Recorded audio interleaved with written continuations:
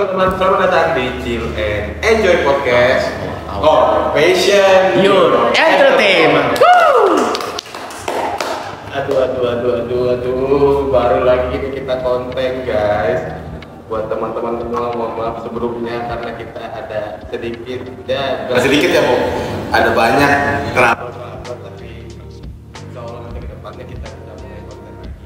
Kali ini seperti biasa, podcast ini mendatangkan salah satu bintang tamu yang pastinya luar biasa kepada setiap bintang tamu. Kali ini kita kedatangan teman-teman salah satu bintang tamu luar biasa, salah satu wanita cantik, salah satu pemuda-pemudi inspiratif khususnya di kota Samarinda. Untuk kedepannya nanti beliau bisa memperkenalkan dirinya, dia bergerak di bidang apa dan sekarang lagi dengan siapa di sini? Aisyah. Biasa dipanggil apa? Biasa orang terdekat itu manggil Cia. Manggil Kia.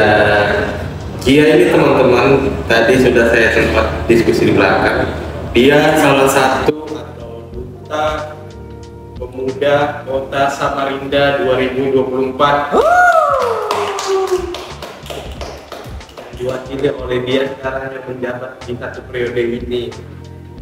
BTW ini sampai juga basa-basi, banyak duta-dutaan yang kita sering wawancara di sini. Sekarang minta pendapatmu, kita jelaskan sedikit. Aku juga baru ada duta Kota Samarinda. Duta Kota Samarinda ini berdirinya dari kapan sih?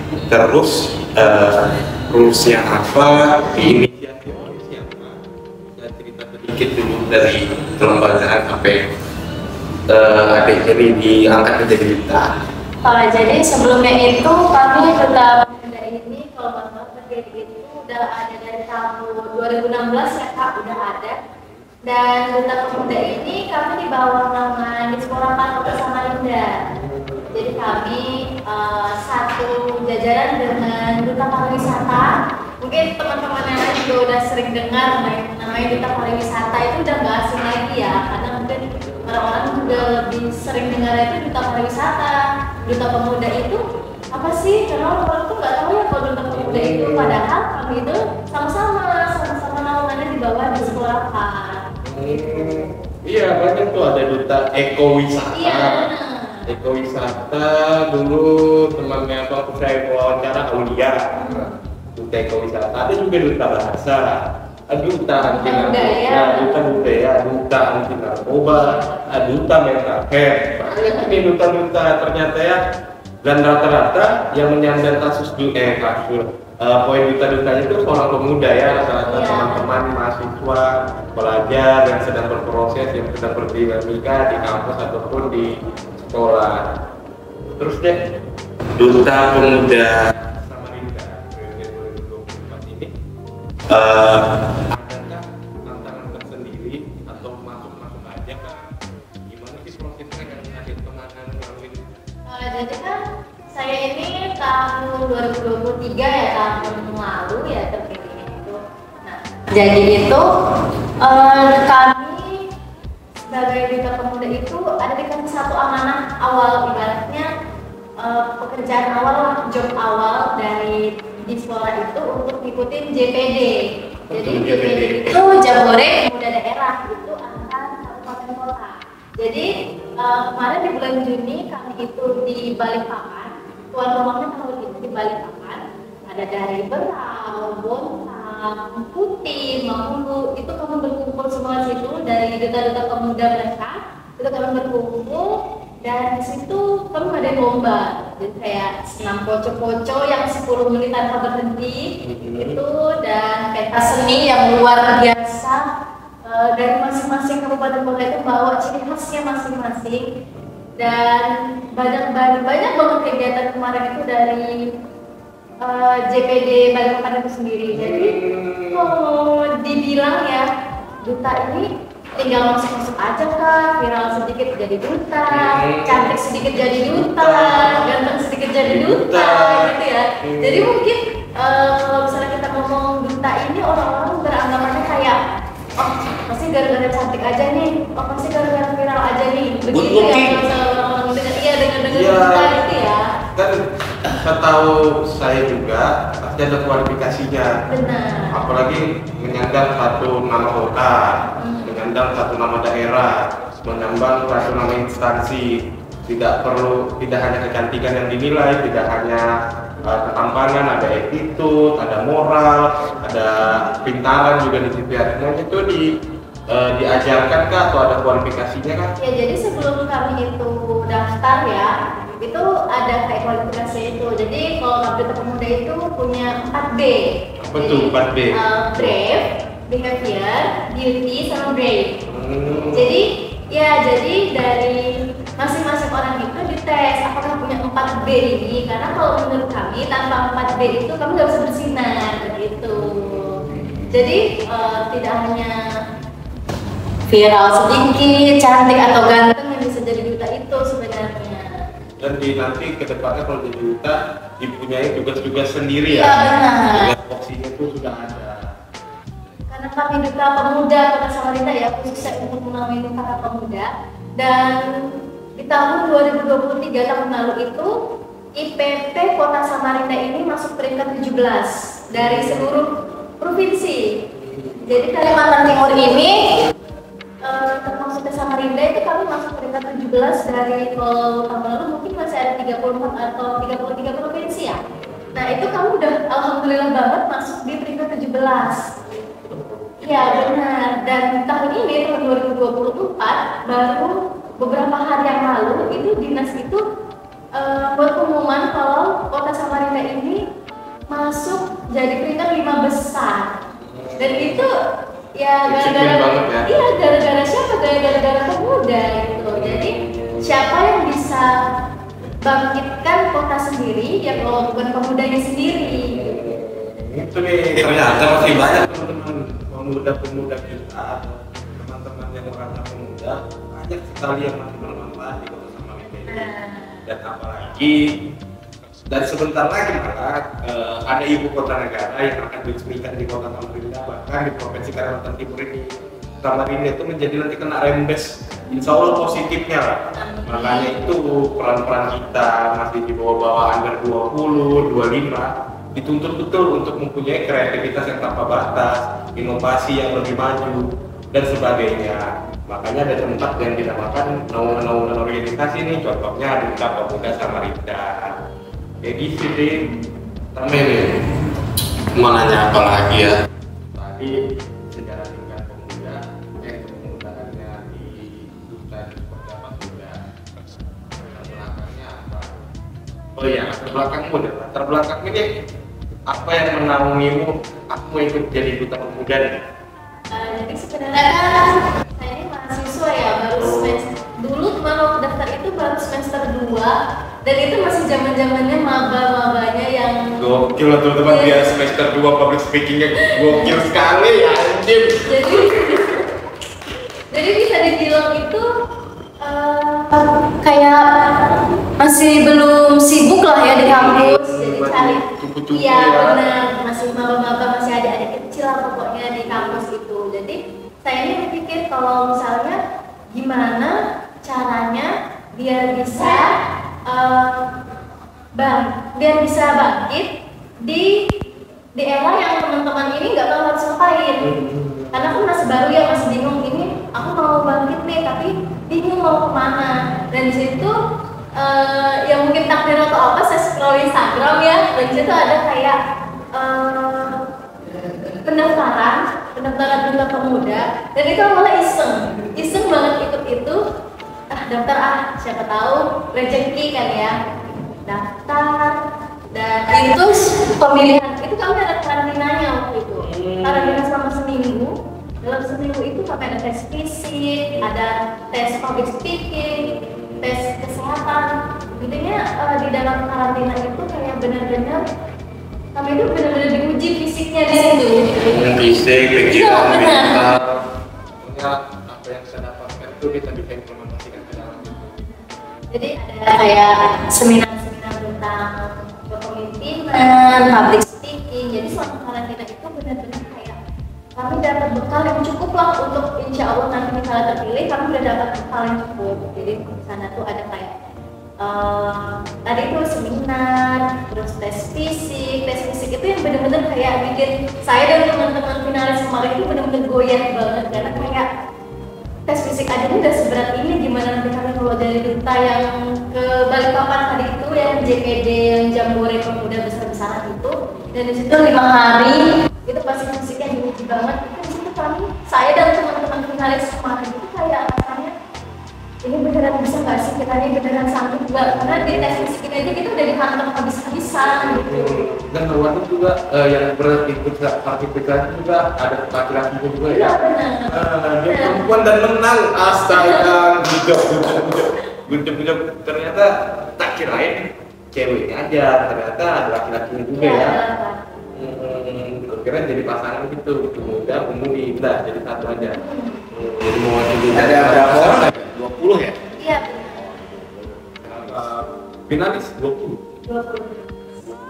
Itu cewek cowok. Iya. Gokil itu bisa menang. Se-Kalimantan Timur. Yang ini Iya. Ya, tapi kuota kan sama rendah. Iya. Menarik. Jadi menjadi pemilihan serempak seluruh Kalimantan Timur dan masing-masing kabupaten kota itu punya duta pemudanya masing-masing.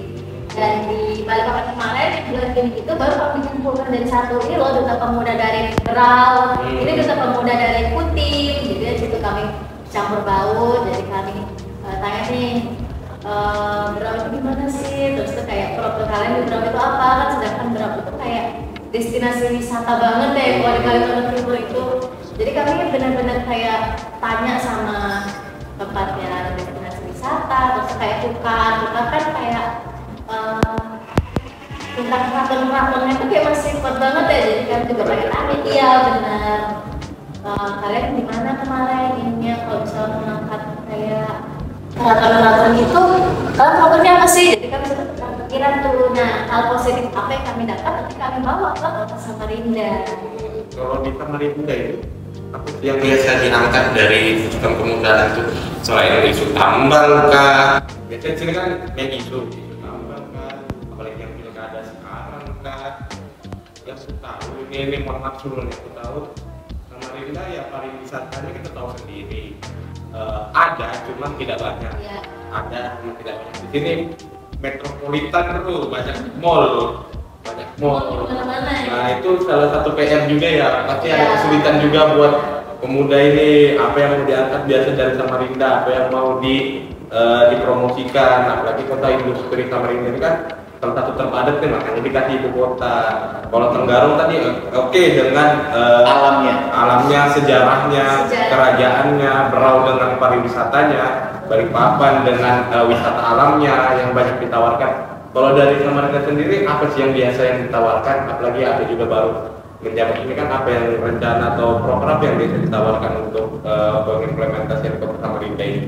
Kalau program dari angkatan saya sendiri itu ya, kita nggak bisa menghalang adanya era digitalisasi atau kemajuan.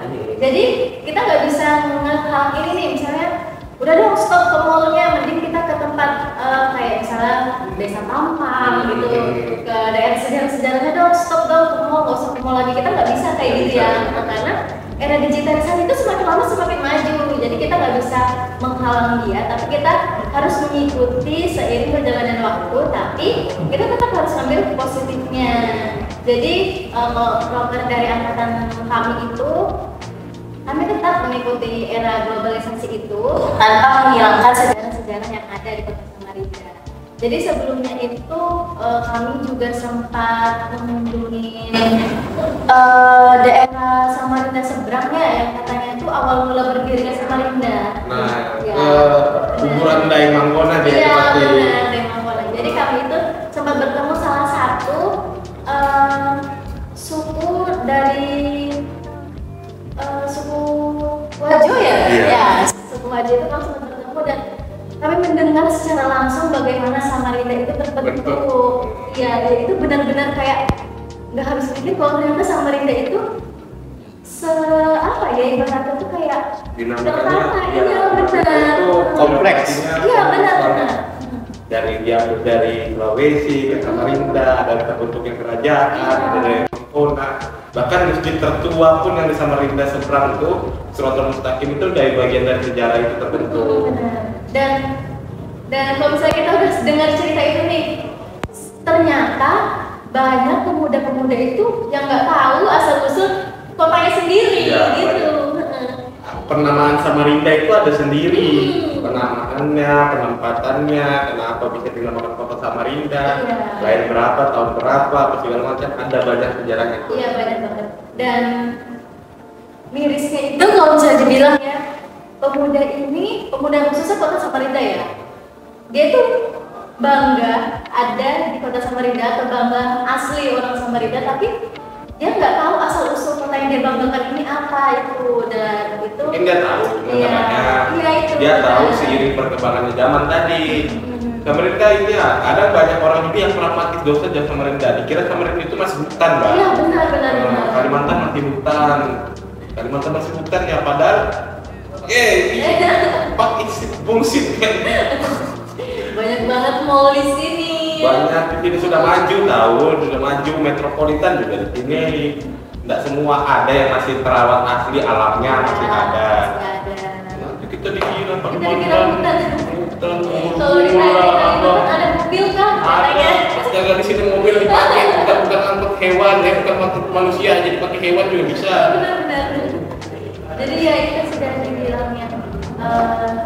Samarinda ini sebenarnya banyak hal yang bisa kita kembangkan ya Mas ya. Cuman ya itu banyak pemuda-pemuda ini yang tutup mata akan hal itu. Mereka merasa mereka ini nggak berperan dalam kemajuan kotanya mereka masing-masing. Jadi mereka ini merasa kayak toh masih banyak orang-orang tua yang ada di atas aku yang mungkin bisa lebih mengembangkan kota ini. Buat apa aku ikut andil gitu. Iya, benar. Nanti kalau sudah apa-apa yang ditanyakan pemerintah ya dia juga salah sih, salah juga, cuma tidak semuanya, jangan cuma menyalahkan tapi berbuat ikut andil.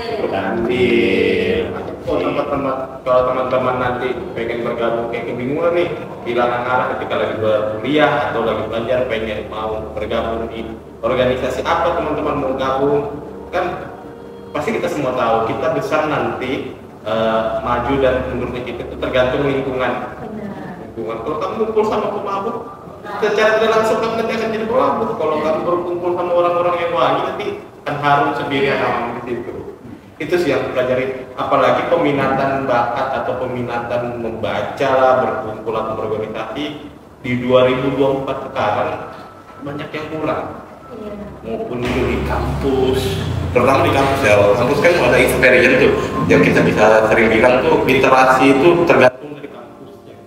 Kalau begitu banyak pemuda yang kritisnya, insya Allah itu pasti akan bagus. Tapi kalau ke depan regenerasi itu banyak terputus, itu patut dipertanyakan gimana regenerasi. Itu sih yang aku dapat selama masih di kampus. Saya juga perkenalkan saya selama 2024. Enggak Pak. Kuliah di kampus angkatan 2017. Alhamdulillah lulus di ilmu sosial politik.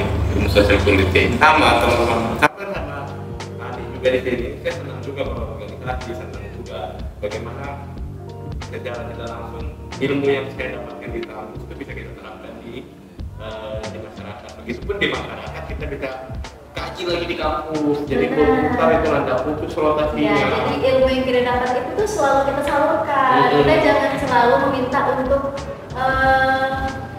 untuk apa ya, kayak menerima, tapi kita juga harus memberi apa yang kita punya itu kita beri, walaupun sedikit. Iya benar, karena itu sebenarnya tanpa kita sadari itu benar-benar sangat berpengaruh. Walaupun kalian mau dibilang norak atau apa, belum tentu kalian yang bilang itu bisa. Benar. Ngapain kamu ngomong ini atau apa didengar juga? Enggak. Setidaknya aku lebih satu langkah lebih maju daripada kalian. Iya benar. Setidaknya kita berbicara, mereka diam doang. Iya. Udah jarinya yang ngomong. Nah, yang penting jangan ngomong doang. Iya. Ada orang banyak ngomong, ada juga yang cuma ngomong doang. Iya. Yang penting ada isinya, sedikit banyaknya. Kita kan nggak tahu pun penyampaian kita itu bisa diterima atau enggak. Setidaknya kita berani ini. Gak usah kamu lawan orang, coba lawan rasa takut dirimu sendiri. Kadang-kadang apalagi pemuda-pemuda kayak remaja-remaja banyak, ya istilahnya tuh lemah mental. Sedikit dikritik, nggak mau lagi. Nggak mau lagi. Ya sedikit dikritik, aku banyak yang ngejudge nih, nggak mau lagi kayak gitu. Justru sebenarnya sebagai pemuda itu kita nggak boleh tutup telinga ya, kita nggak boleh, karena kritikan itu akan membuat kita selangkah lebih maju. Wadah belajar. Benar. Iya, di dalam ilmu politik itu kalau kita kritik seseorang, kritik itu dari bukan dari personal, dari tubuh yang dimaksudkan ini apa yang dikerjakan. Kalau kamu kritik pemerintahan, kritik bagian pemerintahan ya jangan nyerang personalnya. Begitupun kamu kritik sama manusia, kan kinerjanya apa, kalau dia belok ya bilang belok, enggak. Ya kurang lebih seperti itulah. Sama rasa awal kita sama sharing ya. Aku pertama kali ngomong depan umum itu potong karena sekolah pun udah grogi. Bahkan siapa yang gak grogi ya? Setiap panggung yang aku hadapi itu pasti ada intermezzo sendiri lah, yang gugup atau apa. Walaupun sudah berkali-kali kita ngomong di depan publik, tapi ada aja nervous tuh pasti ada. Iya pasti ada. Bahkan aku pernah baca juga artikel gitu, sekelas Taylor Swift aja itu dia setiap mau manggung itu dia pasti juga grogi karena itu ya manusiawi, itu nggak bisa dihilangkan dari manusia, tapi misalnya untuk dikontrol. Jadi itu benar-benar nggak bisa dihilangkan teman-teman, walaupun kita sering maju, sering tampil di atas panggung, itu benar dari yang kita masnya kalau misalnya grogi, nervous, sampai gemeteran, kita sekujur-kujur gitu tuh nggak bisa dihilangkan. Bisa dihilangkan sampai muntah-muntah. Kan banyak orang tuh mengatasi grogi apa segala macam sebelum ada presentasi pun depan dosen tuh kayak gitu, karena kita takut. Karena melawan rasa ketakutan itu sangat sulit ya, cuman by step satu persatu kamu lawan. Kalau kamu bisa ngomong depan satu orang, nanti besok coba 2 orang, besok bisa ngomong sama dosen, besok bicara sama teman. Dan tempat ya, makanya itu saya sangat sayangkan ketika teman-teman berada di suatu kampus, tapi saya tidak salahkan kuliah pulang itu buruk, cuma ambillah satu waktu menyibukkan diri untuk menambah relasi dengan cara apapun, dan salah satunya kampus itu menyediakan wadah organisasi. Banyak juga kan yang orang penting apa kuliah organisasi, nanti dapat apa, lamar kuliah apa, nanti lulusnya nggak tepat waktu, organisasi terus. Itu pemikiran cacat banget tuh.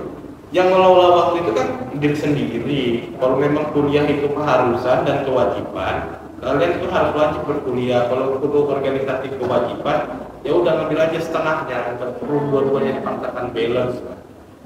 Kalau kalian bisa memanage waktu ya dengan baik dan tepat dan dirasa kalian ini mampu nih untuk misalnya organisasi, kuliah, belum lagi tugas-tugas. Jadi aku nggak bisa bertanggung jawab kalau misalnya tugas-tugas di kuliah itu sedikit ya.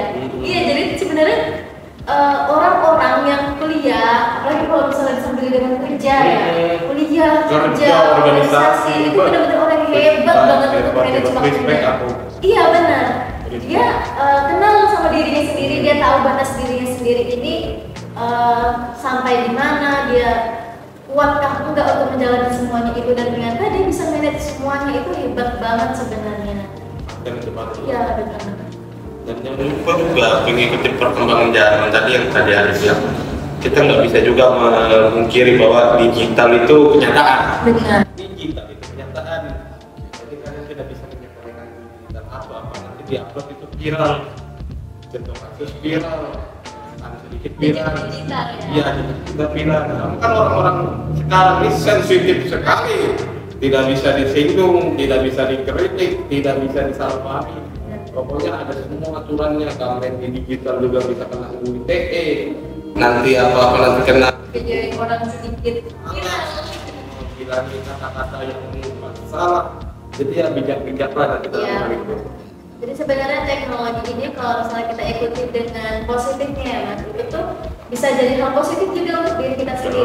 Benar. Tapi kalau misalnya kita ngambil itu dari sisi negatifnya, jadi bumerang buat diri kita sendiri. Itu kenyataan guys. Ya, digital itu bisa jadi nyata loh sendiri. Gokil. Menarik sekali guys. Aku sekarang kayak diskusi kayak gini kayak enak ngobrolnya, Kembali jadi muda ya. Iya, terus padahal kita kan udah di fase umur 20, 21, 22, 23, 24, 25 tuh. Itu mental tuh lagi di tempat-tempat gitu. Lagi di tempat-tempat. Bahkan bahasa orang tolol itu ini gue mati aja gitu. Kayaknya mentalku kayaknya aku bipolar nih. Iya, bipolar nih kayaknya aku bisa. Padahal itu ya namanya juga proses ya, kan. Sebenarnya itu proses matang-matangnya ya kalau bisa dibilang bilang ya. Pemuda itu kan dari umur 15 tahun sampai umur 30 tahun. Jadi sebenarnya ya itu jalannya untuk menuju kesuksesan kota sendiri gitu loh sebenarnya pemuda-pemuda itu. Kalau untuk apapun makanya ada wadah tabungan pemuda ini itu jadi kesempatan teman-teman juga. Nggak ambil dari sisi mungkin dari sisi pemerintahannya, sisi dari pendidikannya, sebenarnya ada ilmu yang teman-teman dapat. Itu dia. Nggak bisa. Nggak kerasa banget. Betul. Kalau lagi kita bahas isunya lah. Kalau lagi tuh nanti sampai seharian bro. Lagi part 2 ini menarik banget karena ini aja nanti aku juga kadang heran kenapa orang-orang di luar sana sangat minim partisipasinya dalam hal-hal kepemudaan dan juga orang-orang itu kayak dong sejauh-jauh ya kita tuh kadang di antara suka buat kayak gini suka buat kayak gitu baru nggak jadi beras kita realistis aja bu iya kan rezeki tidak cuma nominal ya ada relasi, ada ilmu pengetahuan, ada sehat, ada nikmat, ada dan lain-lain. Kalau bisa dapat nih satu persatu kan kenapa enggak? Jadi kalau misalnya yang aku dapetin yang relasi itu kayak sepenting itu gitu loh. Jadi ya banyak orang yang bilang ngapain sih capek-capek ikut itu nggak dapat apa-apa juga. Mending kamu mending kamu ini. Dan tanpa mereka sadari ucapan mereka itu bikin kita ini ngerasa pengen lebih maju dari kita yang sekarang. Jadi kayak itu tadi aku bilang kalau misalnya kritik orang itu bisa buat kita selangkah lebih maju.